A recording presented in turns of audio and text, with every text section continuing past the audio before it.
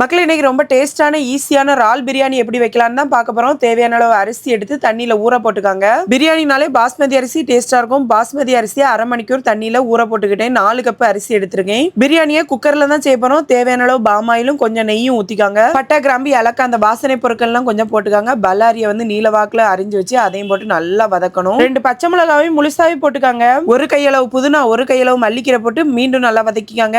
என்கிட்ட டார்லிங்கோட பிரியாணி மசாலா இருந்துச்சு, அதனால அந்த பாக்கெட் அப்படியே சேர்த்துக்கிட்டேன். இல்லாதவங்க வத்தல் பொடி மட்டும் சேர்த்தா போதும். இஞ்சி பூண்டு பேஸ்ட்டை கொஞ்சம் போட்டு நல்லா வதக்கிக்கங்க. வதக்கின அப்புறமா தயிரையும் 1 கப் சேர்த்துக்காங்க. நல்ல ஒரு கிரீமி கன்சிஸ்டன்சில வரும். அந்த டைம்ல பாத்தீங்கன்னா தக்காளியை போட்டு நல்லா வதக்கிக்காங்க. என்னதான் தக்காளி போட்டு வதக்கினாலும் கலரே வராம இருந்துச்சு. அதனால கொஞ்சம் காஷ்மீரி வத்தல் பொடியை போட்டு நல்லா வதக்கி விட்டாச்சு. இந்த டைம்ல நம்ம இறாலை சேர்த்துக்கிட வேண்டியதான். இறால் வந்து நல்லா வெந்த அப்புறமா இந்த டைம்ல பிரியாணிக்கு தேவையான அளவு தண்ணி சேர்க்கணும். 1 கப் அரிசிக்கு 1.5 கப் தண்ணி சேர்க்கணும். தேவையான அளவு உப்பு, பாதி லெமன் பிழிஞ்சு விட்டுக்காங்க. தண்ணி நல்லா வெட்டி பிளந்து கொதிக்கும் போது நம்ம ஊற போட்ட பாஸ்மதி அரிசியை சேர்த்து நல்லா மிக்ஸ் பண்ணி நல்லா கொதிச்ச உடனே குக்கரை மூடி வச்சு கரெக்டா ஒரு விசில் வச்சு இறக்குனீங்கன்னா சுவையான இறால் பிரியாணி ரெடி. எவ்வளவு ஈஸியா இருக்கு, கண்டிப்பா ட்ரை பண்ணுங்க மக்களே.